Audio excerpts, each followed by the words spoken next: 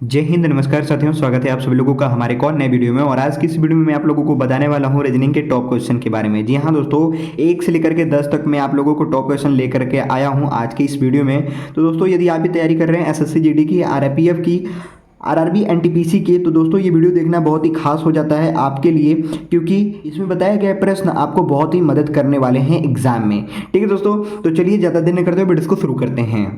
सबसे पहला सवाल है दोस्तों, यहाँ पे दिखाई दे रहा होगा आपको स्क्रीन के ऊपर, नीचे दी गई श्रृंखला श्रेणी में प्रश्न चिन्ह के स्थान पर कौन सी संख्या होगी। यहाँ पे दोस्तों प्रश्न चिन्ह है और यहाँ पे हम लोगों को ज्ञात करना है संख्या को। तो दोस्तों यहाँ पे कौन सी संख्या होने वाली है, मुझे आप लोग कमेंट सेक्शन में कमेंट करके जरूर बताइएगा। तो चलिए हम लोग इसको सॉल्व करते हैं फटाफट। सबसे पहले यहाँ पे देखते हैं 15 है, यहाँ पे 31 है, 63 है, 127 है, यहाँ पे 255 है। जैसा कि आप लोग देख सकते हैं ये श्रृंखला श्रेणी में बढ़ते हुए क्रम में लिखा जा रहा है। तो इसमें क्या किया गया है कि ये बढ़ते जा रहा है, गुणा किया गया है, जोड़ किया गया, घटाव किया जा रहा है, क्या किया जा रहा है कि बढ़ते हुए श्रृंखला में लिखी गई है। तो दोस्तों जो यहाँ पे लॉजिक लगाया गया है वो कुछ इस प्रकार से है। यदि हम लोग देखते हैं 15 और 31 में कितने का अंतर है दोस्तों, तो 16 का अंतर है। लेकिन क्या यहाँ पे 16 का अंतर है? नहीं है। यहाँ पे क्या 16 का अंतर है? नहीं है। यहाँ पे है? नहीं है। यानी ये लॉजिक हम लोग का नहीं लगेगा।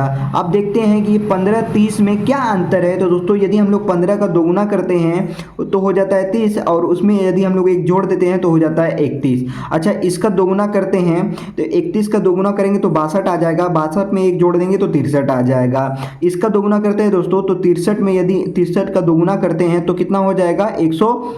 126 हो जाएगा, और 126 में एक जोड़ देंगे तो 127 आ जाएगा। यानी यही लॉजिक हम लोग यहाँ पे लगाने वाले हैं दोस्तों। ठीक है, इसमें कर देंगे 2 से गुणा और प्लस 1 कर देंगे, बराबर 31 आ जाएगा। इसमें भी 2 से गुणा कर दिए और प्लस 1 कर दिए तो 63 आ गया। इसमें भी 2 से हम लोग गुणा कर दिए, प्लस 1 कर दिए तो बराबर 127 आ गया। और 127 में यदि 2 का हम लोग गुणा कर देते हैं, ठीक है, तो कितना आ जाएगा? 254 आ जाएगा।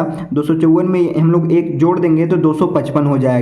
तो अब हम लोग इसके आगे क्या करेंगे? इसके आगे भी हम लोग यही ट्रिक को लगाने वाले हैं दोस्तों कि 2 से हम लोग कर देंगे गुणा। ये गुणा का चिन्ह है दोस्तों। ठीक है, यहाँ पे 2 से गुणा कर देंगे और प्लस 1 कर देंगे। सॉरी, यहाँ पे 2 लिखा गया है, यहाँ पे 1 होगा। ठीक है, तो 255 में हम लोग 2 का गुणा कर देंगे तो कितना हो जाएगा दोस्तों? 510 हो जाएगा। 510 में हम लोग 1 जोड़ देंगे तो बराबर 511 हो जाएगा। ठीक है दोस्तों, कितना हो जाएगा? 511। Option number C is a correct answer हो जाएगा दोस्तों। उम्मीद है पहला सवाल आप लोगों को बेहतर तरीके से समझ में आया होगा। अब चलिए देखते हैं दूसरे प्रश्न को। प्रश्न नंबर 2 बोल रहा है दोस्तों, नीचे दिए गए विकल्पों में से संबंधित संख्या को चुनिए। यहाँ पे संबंधित संख्या को हम लोगों को चुनना है दोस्तों। तो इसमें कौन सी लॉजिक लगाएं कि यहाँ पे प्रश्नवाचक चिन्ह के स्थान पर संख्या निकल करके आ जाए दोस्तों। यहाँ पे आप लोग देख रहे हैं 5 है, यहाँ पे 625 है, यहाँ पे 8 है। तो यहाँ पे क्या होगा? पहले देख रहे हैं कि छोटी संख्या है, उसके बाद बड़ी संख्या है। तो यहाँ पे भी एक छोटी संख्या है, तो यहाँ पे भी एक बड़ी संख्या आएगी दोस्तों। ठीक है, समझ में आ गया आप लोगों को। तो चलिए हम लोग लॉजिक को लगाते हैं दोस्तों। इसमें हम लोग क्या करें, छेड़छाड़ कि 625 आ जाए। चलिए अब इसको हम लोग छेड़ते हैं। क्या करते हैं, अगर यदि हम लोग 5 का क्यूब कर देते हैं दोस्तों, तो 5 का क्यूब करेंगे तो 125 आ जाएगा। जी हाँ, 125 आ जाएगा। और 125 अभी तो यहाँ पे 625 लाना है, तो यदि हम लोग इसमें 5 का गुणा कर देते हैं तो 625 हो जाता है कि नहीं? तो हाँ, 125 में 5 का गुणा कर देंगे तो आ जाएगा 625। ठीक है दोस्तों, अब यहाँ पे समानुपात का चिन्ह है तो इसके आगे का अब हम लोग सॉल्व करते हैं। तो इसका 8 का भी हम लोग क्या कर देंगे? क्यूब कर देंगे दोस्तों। ठीक है, 8 का क्या कर देंगे? क्यूब कर देंगे। तो जब हम लोग 8 का क्यूब कर देंगे तो बराबर आ जाएगा 512, और 512 में हम लोग 5 से गुणा कर देंगे। यहाँ पे हम लोग 5 से गुणा किए ना, तो यहाँ पे भी हम लोग 5 से गुणा कर देंगे। तो 512 में जब हम लोग 5 से गुणा कर देंगे तो देखिए कितना हो जाता है? 5 दूनी के 10 का 0 कैरी 1, 5 एक कम 5 1 6, 5 5 25। ठीक है, यानी 2560 हमारा आ गया आंसर। तो option number A 2560 is a correct answer हो जाएगा दोस्तों।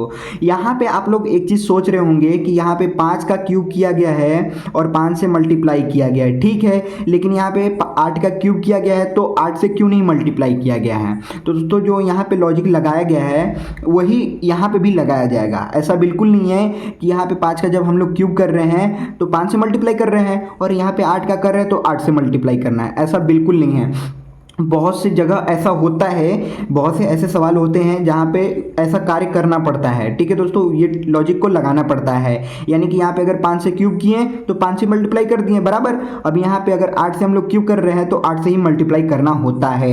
यदि इससे नहीं आता तो हम लोगों को वही करना होता। ठीक है, इससे नहीं आता तो हम लोगों को वही करना होता, 8 से मल्टीप्लाई करना होता। लेकिन हम लोग 5 से ही मल्टीप्लाई जब किए तो 25 60 यहाँ पे ऑप्शन नंबर ए आ गया निकल करके। ठीक है दोस्तों, उम्मीद है ये दूसरा भी सवाल आप लोगों को बेहतर तरीके से समझ में आया होगा। अब चलिए देखते हैं तीसरे प्रश्न को। प्रश्न नंबर 3 बोल रहा है दोस्तों, यदि नीट बराबर 440 और एनटीए बराबर 350 लिखा है तो टेस्ट बराबर क्या होगा। तो दोस्तों यहाँ पे सबसे पहले हम लोग लिख लेते हैं नीट बराबर 440। ठीक है दोस्तों, और यहाँ पे लिख लेते हैं एनटीए बराबर 350।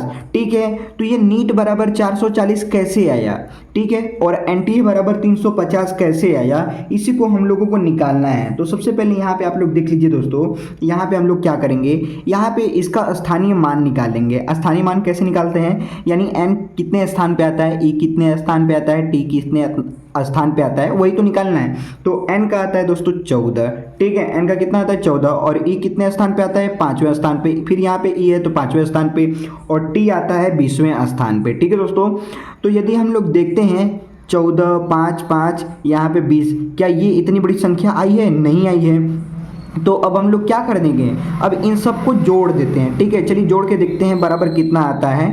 तो 14 और ये 5 5 10 और ये 20 20 10 30 30 और 14 कितना हो जाएगा 44 हो जाएगा, बराबर कितना हो जाएगा 44 हो जाएगा। लेकिन यहाँ पे तो 440 है, यदि हम लोग 10 का गुणा कर देते हैं तो बराबर 440 हो जाता है। ठीक है, अब चलिए यहाँ पे हम लोग करते हैं दोस्तों सॉल्व। यहाँ पे n का हो जाएगा 14 और t का हो जाएगा 20 और a का हो जाएगा 1, बराबर सबको जोड़ देते हैं तो हो जाएगा हम लोग का 35।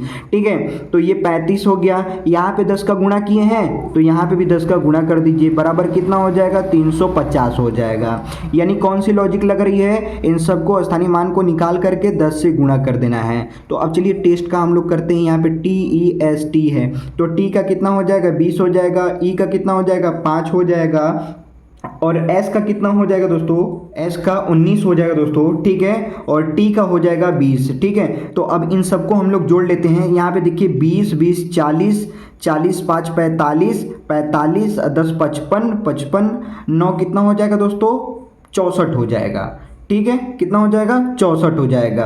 तो बराबर कितना आ गया 64 आ गया, ये 64 हम लोग लिख लिए। अब इन 64 में हम लोग क्या कर देंगे 10 से गुणा कर देंगे।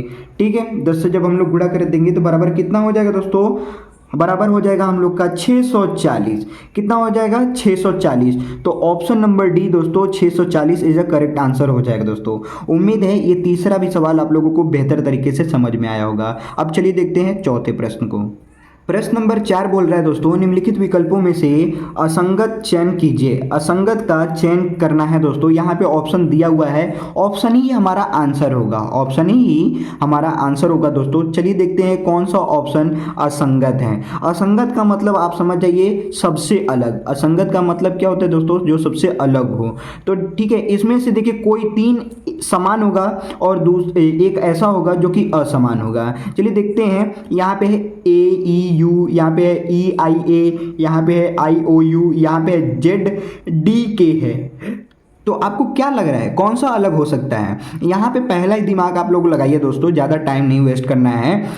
सबसे पहले हम लोग देखेंगे स्वर और व्यंजन को, यानी वोवेल एंड कॉन्सोनेंट को देखेंगे। तो यहाँ पे AEU है, ये टोटल क्या है दोस्तों वोवेल है। EIA क्या है टोटल वोवेल है। IOU टोटल क्या है वोवेल है। लेकिन यहाँ पे देखते हैं दोस्तों ZDK ये हमारा कॉन्सोनेंट हो जाता है। यानी ये तीनों तो क्या है समान है, लेकिन ये क्या है अलग है, ये यानी डिफरेंट है दोस्तों। तो यही हो जाएगा ऑप्शन नंबर डी असंगत संख्या हो जाएगी, यानी असंगत हमारा अल्फाबेट है। ठीक है दोस्तों, तो यही हमारा करेक्ट आंसर हो जाएगा दोस्तों। उम्मीद है ये चौथा भी सवाल आप लोगों को समझ में आ गया होगा। अब चलिए देखते हैं 5वें सवाल को। प्रश्न नंबर 5 दोस्तों बोल रहा है, बहुत ही अच्छा प्रश्न है और बहुत ही मजेदार प्रश्न है। बोल रहा है उस वेन आरेख का चयन करें जो दिए गए वर्गों के बीच संबंध को दर्शाता है। ठीक है दोस्तों, यहाँ पे है हाथ, यहाँ पे है पैर, यहाँ पे है कमर। हाथ पैर कमर का क्या संबंध है दोस्तों? हाथ पैर कमर का संबंध बिल्कुल आसान है कि एक ही शरीर के ये भाग हैं, एक ही शरीर के क्या हैं, भाग हैं। ठीक है, ये हो गया हाथ, ये हो गया पैर और ये हो गया कमर। बात समझ में आई तो बोलिए हाँ। ठीक है दोस्तों, तो अब बताइए ये क्या अलग शरीर है या इस शरीर के पार्ट जो हैं वो एक अलग अलग जगह है, मतलब ये अलग हैं, पार्ट हैं, शरीर के ही पार्ट हैं, एक ही शरीर के पार्ट हैं। ठीक है, भले इसका नाम हाथ रख दिया गया, इसका नाम पैर रख दिया गया, इसका नाम कमर रख दिया गया, लेकिन है तो एक ही शरीर के पार्ट। तो आपस में सब क्या होंगे, ओवरलैप होंगे। सब आपस में क्या होंगे दोस्तों, ओवरलैप होंगे। ओवरलैप का मतलब एक दूसरे से जुड़ा हुआ होगा। ठीक है, ये हाथ है तो मान लीजिए हाथ की आकृति ये बन गई, ये पैर है तो मान लीजिए पैर की आकृति ये बन गई, और ये कमर है तो कमर की आकृति ये बन गई। ये तीनों आपस में क्या कर रहे हैं, ओवरलैप कर रहे हैं, ओवरलैप कर रहे हैं। ठीक है दोस्तों, ओवरलैप का मतलब एक दूसरे से जुड़े हुए हैं। ऐसा बिल्कुल नहीं है कि ये तीनों अलग अलग हैं। मैं अभी देख रहा था, जिससे मैं ये सवाल पूछा था, सबसे पहले उन्होंने ये बताया कि सर ये हाथ हो गया, ये पैर हो गया और ये कमर हो गया, ये हम लोग का सही आंसर होगा। लेकिन नहीं, ये सही आंसर नहीं होगा। बहुत लोगों का ये आंसर गलत है। ठीक है, ये सही आंसर होगा क्योंकि ये तीनों एक ही से संबंधित हैं। एक ही से संबंधित होने का मतलब ये तीनों आपस में ओवरलैप करेंगे। ठीक है, ओवरलैप करेंगे। उम्मीद है ये 5वां सवाल आप लोगों को ये चीजें समझ में आ गई होगी। तो जो हमारे ये ओवरलैप कर रहा है दोस्तों, option number C is a correct answer हो जाएगा दोस्तों। उम्मीद है आपको ये अच्छे तरीके से याद हो गया होगा, आप भी गलती नहीं करेंगे। अब चलिए देखते हैं छठे प्रश्न को। प्रश्न नंबर 6 बोल रहा है दिए गए विकल्पों में से लुप्त संख्या ज्ञात करें। यानी यहाँ पे हम लोगों को मिसिंग नंबर ज्ञात करना है। क्या ज्ञात करना है दोस्तों, मिसिंग नंबर ज्ञात करना है। तो ये कुछ इस प्रकार से 3 आकृति बनी हुई हैं और तीसरे वाले आकृति में ये रहा प्रश्नवाचक चिन्ह, यहाँ पे निकालना है। तो दोस्तों आप लोगों को मैं पहले भी बताया हूँ कि जहाँ पे हो प्रश्नवाचक चिन्ह उसी के स्थान पे बाकी वाले चित्र में देखेंगे और उसी को निकालने की कोशिश करेंगे। तो सबसे पहला वाले में दिया है 3 और दूसरा वाले में दिया है 6। तो ये 3 कैसे आया, यहाँ पे 6 कैसे आया? इसका मतलब ये है कि ये दोनों का कैसे भी करके इस्तेमाल किया गया है और लाया गया है 3। तो यहाँ पे भी इन दोनों का इस्तेमाल करके लाना है 6 और यहाँ पे इन दोनों का इस्तेमाल करके लाना है क्वेश्चन मार्क की जगह पे जो भी नंबर आएगा। ठीक है दोस्तों, तो चलिए इन दोनों का क्या करते हैं, यदि जोड़ते हैं तो क्या ये आता है, 2 3 कर देते तो 5 आ जाता है, 3 तो आया नहीं। यदि हम लोग घटा देते हैं तो 1 आ जाएगा, 3 तो आया नहीं। अगर हम लोग गुणा कर देते हैं तो 2 3 6 आ गया, 3 तो आया नहीं। यदि हम लोग 6 का 2 से भाग कर देते हैं यानी आधा कर देते हैं तो 3 हो जाता है। हाँ दोस्तों, अब यहाँ पे 2 3 का गुणा कर दिए, 6 आ गया, 2 से डिवाइड कर दिए बराबर 3 आ गया। ये 3 है तो हाँ, अब इन दोनों का गुणा कर दीजिए, 2 से भाग दे दीजिए, यानी 4 और 3 का हम लोग गुणा कर देंगे, 4 तिहाई 12 हो गया, 2 से भाग कर दिए बराबर हो गया 6 हम लोग का। तो ये 6 आया है। ठीक है, इसका मतलब यही लॉजिक। अब चलिए यहाँ पे हम लोग अप्लाई कर देते हैं। तो 5 का गुणा 4 में कर देंगे बराबर हो जाएगा 20 और 5 चौका 20। अब 20 में हम लोग 2 से भाग कर देंगे बराबर हो जाएगा कितना दोस्तों, 10 हो जाएगा। यानी प्रश्न चिन्ह के स्थान पे हो जाएगा 10। ऑप्शन में देखते हैं, option number B 10 is the correct answer हो जाएगा दोस्तों। उम्मीद है छठा प्रश्न आप लोगों को बेहतर तरीके से समझ में आया होगा। अब चलिए देखते हैं 7वें प्रश्न को। प्रश्न नंबर 7 बोल रहा है दोस्तों निम्नलिखित श्रृंखला श्रेणी को ज्ञात कीजिए। यहाँ पे श्रृंखला में श्रेणी दिया गया है, अब इसको हम लोगों को ज्ञात करना है। ये प्रश्नवाचक चिन्ह रहा दोस्तों, यहाँ पे क्या होगा, तो यहाँ पे दिया है BCD HIJNOP TUV। तो यहाँ पे क्या होगा, चलिए देखते हैं कि आखिर इसमें क्या किया गया है। ठीक है, वही हम लोगों को आगे करके निकाल देना है। तो यहाँ पे देखेंगे हम लोग दोस्तों, ये रहा पहला लेटर, यहाँ पे पहला लेटर, यहाँ पे दूसरा लेटर, यहाँ पे दूसरा लेटर, यहाँ पे तीसरा लेटर, यहाँ पे तीसरा लेटर, सब में 3-3 लेटर दिए गए हैं। ठीक है, तो कोई ना कोई हम लोग लॉजिक लगाते हैं दोस्तों। यदि हम लोग लॉजिक लगाते हैं, ये B और ये H में देखते हैं कितने का अंतर है, यानी कितना कदम बाद है। B के बाद ही तो आने वाला H ही होगा। ठीक है, तो कितना देर बाद आ रहा है, तो यहाँ पे देखिए B है, B को छोड़ देते, B के बाद क्या था, C D E FGH कितना बाद आया, यानी 1 2 3 4 5 6 बाद आ रहा है। ठीक है, अब यहाँ पे C से देखते हैं I तक, तो यहाँ पे हो गया, देखिए C से हम लोग आगे बढ़ते हैं। C के बाद क्या था, DEFGHI 1 2 3 4 5 6, यानी यहाँ पे भी जो अंतर है दोस्तों वो 6 का है। और डी से देखते हैं जे तक में, तो ये हो गया डी के बाद क्या आता है EFGHIJ 1 2 3 4 5 6, इसमें भी है दोस्तों 6 का अंतर। इसमें भी कितने का अंतर है, इसमें भी है 6 का अंतर। और H से N तक में देखेंगे, हाँ दोस्तों H से N तक 6 का अंतर, I से O तक 6 का अंतर, J से P तक में 6 का ही अंतर है, यानी इन सब में 6 का अंतर है। और N से T 6 तक का अंतर, O से U 6 तक का अंतर, और P से V तक में भी जाएंगे हम लोग तो 6 तक का ही अंतर आएगा। ठीक है दोस्तों, तो इसके बाद क्या होगा, यदि हम लोग ये जो तरीका अपनाते हैं तो सबसे पहले इसको हम लोग सॉल्व कर लेते हैं आगे तक में। ठीक है, सॉरी ये वाला यहाँ पे जाएगा, ये वाला यहाँ पे, और ये वाला यहाँ पे चला जाएगा। तो टी के बाद अब हम लोग देखेंगे, ठीक है, यहाँ पे निकालने के लिए टी के बाद टी, फिर क्या आता है U V W X Y Z 1 2 3 4 5 6, तो यहाँ पे सबसे पहले क्या आ गया दोस्तों, यहाँ पे सबसे पहले आया Z। अब U से स्टार्ट करेंगे, U के बाद क्या आएगा, U के बाद आएगा V, U के बाद V W X Y Z, फिर A 1 2 3 4 5 6, तो यहाँ पे आ गया A। ठीक है, अब यहाँ V से शुरू करते हैं दोस्तों, यहाँ पे V से शुरू करेंगे, तो ये V है, V के बाद क्या आता है W X Y Z A B 1 2 3 4 5 6, तो यहाँ पे हो गया हम लोग का B। ठीक है, 6 हम लोग जब आगे बढ़े तो हम लोगों को देखने को ये मिलता है कि ZAB श्रृंखला श्रेणी के समान जा रहा है। तो ऑप्शन में देखते हैं दोस्तों, ऑप्शन नंबर ए ZAB हम लोग का करेक्ट आंसर हो जाएगा। लेकिन यहाँ पे एक और लॉजिक लग रहा है, वो कौन सी लॉजिक लग रहा है कि 4 कदम अगर हम लोग इन तीनों से आगे जाते हैं, ठीक है, इन तीनों से यदि हम लोग 4 कदम आगे जाएंगे तो भी हम लोग का ZAB मिल जाएगा। यदि हम लोग NOP से 4 कदम आगे बढ़ेंगे तो TU भी मिल जाएगा। HIJ से 4 कदम आगे जाएंगे तो NOP मिल जाएगा। BCD से 4 कदम आगे जाएंगे तो HIJ भी मिल जाएगा। कैसे मिलेगा आप लोग मुझे कमेंट सेक्शन में कमेंट करके भी जरूर बताइएगा। उम्मीद है ये 7वां भी प्रश्न आप लोगों को बेहतर तरीके से समझ में आया होगा। अब चलिए देखते हैं 8वें प्रश्न को। प्रश्न नंबर 8 बोल रहा है, निम्नलिखित प्रश्न आकृति में कितने त्रिभुज की संख्या है ज्ञात कीजिए। ये रहा दोस्तों आकृति, और इस आकृति में त्रिभुजों की संख्या हम लोगों को ज्ञात करने हैं। तो मुझे आप लोग कमेंट करके बताइए कि यहाँ पे कितने त्रिभुज बने हैं। तो चलिए फटाफट हम लोग ज्ञात करते हैं कि आखिर इस आकृति में कितने त्रिभुज बने हैं। दोस्तों ये रहा हम लोग का एक स्क्वायर के कॉर्नर पे हम लोग का आकृति बना हुआ है त्रिभुजों का। तो यहाँ पे देखिए कुछ इस प्रकार से ये एक आकृति बनती है, एक यानी ट्रेंगल हो गया, और यहाँ से यहाँ तक में 2 हो गया, यहाँ से यहाँ तक में 3 ट्रेंगल मिल जाते हैं, यानी कि हम लोग का यहाँ पे आकृति में 3 त्रिभुज मिला। तो अब चलिए यहाँ पे देखते हैं कितने हैं। यहाँ पे एक बड़ी वाली त्रिभुज 1, यहाँ पे एक छोटी वाली 2, और यहाँ से लेकर के यहाँ तक में 3, यानी इसमें भी 3 है। सेम आकृति दोस्तों सब में है, तो इसमें भी हो जाएगा 3 और इसमें भी हो जाएगा 3। अब इन चारों को हम लोग जोड़ लेते हैं, तो 3 + 3 6, 3 9, 3 12, यानी टोटल कितने हो जाएंगे दोस्तों, 12 हो जाएंगे। तो ऑप्शन नंबर बी हम लोग का 12 इज अ करेक्ट आंसर हो जाएगा दोस्तों। उम्मीद है 8वां प्रश्न आप लोगों को बेहतर तरीके से समझ में आया होगा। अब चलिए देखते हैं 9वें प्रश्न को।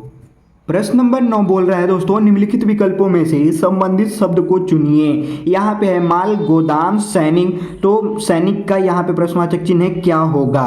दोस्तों यहाँ पे माल का गोदाम होता है, तो सैनिक का क्या होगा, यही हम लोगों को निकालना है। तो आपको पता होगा कि ये जो माल है, यानी किसी भी प्रकार का जो सामान होता है दोस्तों, वो सामान को गोदाम में रखा जाता है, और सैनिक को कहाँ रखा जाता है, यही तो तर्क बन रहा है। तर्क क्या बन रहा है कि माल को गोदाम में रखा जाता है, तो सैनिक को कहाँ रखा जाएगा, सैनिक को रखा जाएगा बॉर्डर पे। लेकिन गलत, सैनिक का जो बॉर्डर है वो गलत है, यानी बॉर्डर हम लोग का नहीं होगा। बहुत सारे कैंडिडेट मैं देखता हूं की बॉर्डर लगा देते हैं, लेकिन बॉर्डर इसका करेक्ट आंसर नहीं है दोस्तों। सैनिक जो होते हैं वो कहाँ पे रहते हैं और किस में होते हैं? क्या वो जवान में होते हैं? नहीं, जवान होते हैं लेकिन वो भी तो एक दिन बुढ़ा जाते हैं, ठीक है, उनको जवान हमेशा बोला जाता है, बराबर।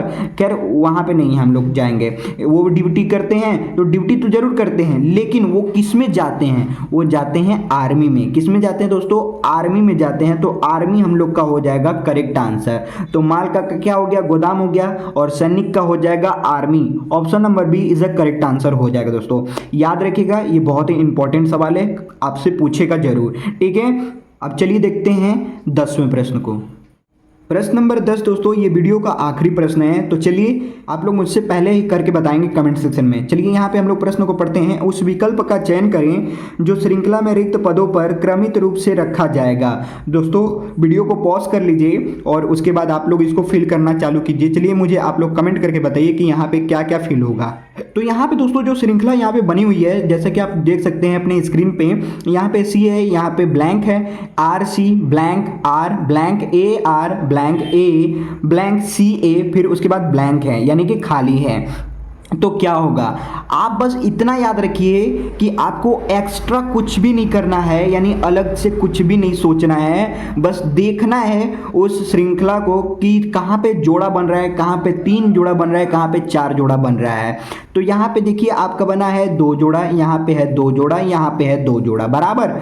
चलिए इसको फटाफट हम लोग फिल करते हैं। यहाँ पे आप लोग देख सकते हैं, यहाँ पे है ए आर, यानी आर से पहले क्या है? ए, और ए के बाद क्या है? आर। तो यहाँ पे देखिए दोस्तों सी है, और सी के बाद क्या होगा? यही हम लोग को भरना है ना। तो देख लीजिए आर से पहले क्या है? यहाँ पे आर से पहले ए है तो ए भर लीजिए। अब देखिए सी के बाद क्या है? तो सी के बाद यहाँ पे ए भर दिए हम लोग। यहाँ पे भी देखने को मिला सी के बाद ए, तो यहाँ पे हम लोग भर देंगे सी के बाद ए, ठीक है दोस्तों। अब देखिए आर के बाद क्या होगा और ए के पहले क्या है? ए के पहले सी है और आर के बाद क्या है? सी है, तो यहाँ पे हम लोग भर देंगे सी, ठीक है। अब देखिए आर के बाद क्या है? आर के बाद क्या है दोस्तों और ए के पहले क्या है? तो अभी तो हम लोग भरें आर के बाद सी और ए के पहले सी, तो यहाँ पे हो गया सी। अब देखिए ए के बाद क्या है? तो ए के बाद है आर, और ए के बाद आर हो तो गया। यहाँ पे ए के बाद आर और यहाँ पे ए के बाद आर, यानी हम लोगों ने क्या फिल किया? ए सी सी आर आर, ठीक है दोस्तों। बोलने में गजब लग रहा है, ए सी सी जैसे लग रहा है मरचा खाया है, मिर्च खाया है, सी सी आर आर, ठीक है। तो ऑप्शन में देखते हैं दोस्तों, यहाँ पे option number A C C R R is a correct answer हो जाएगा दोस्तों। उम्मीद है ये 10 प्रश्न आप लोगों को बेहतर तरीके से समझ में आए होंगे। यदि किसी भी प्रकार का आप लोगों को डाउट होगा तो आप लोग मुझे कमेंट करके जरूर बताइएगा। आई होप ये वीडियो आप लोगों को पसंद आया होगा। पसंद आए तो लाइक कर देना, चैनल पे नए हैं तो चैनल को सब्सक्राइब कर देना। मिलते हैं ऐसे ज़बरदस्त कंटेंट के साथ, तब तक के लिए जय हिंद, वंदे मातरम।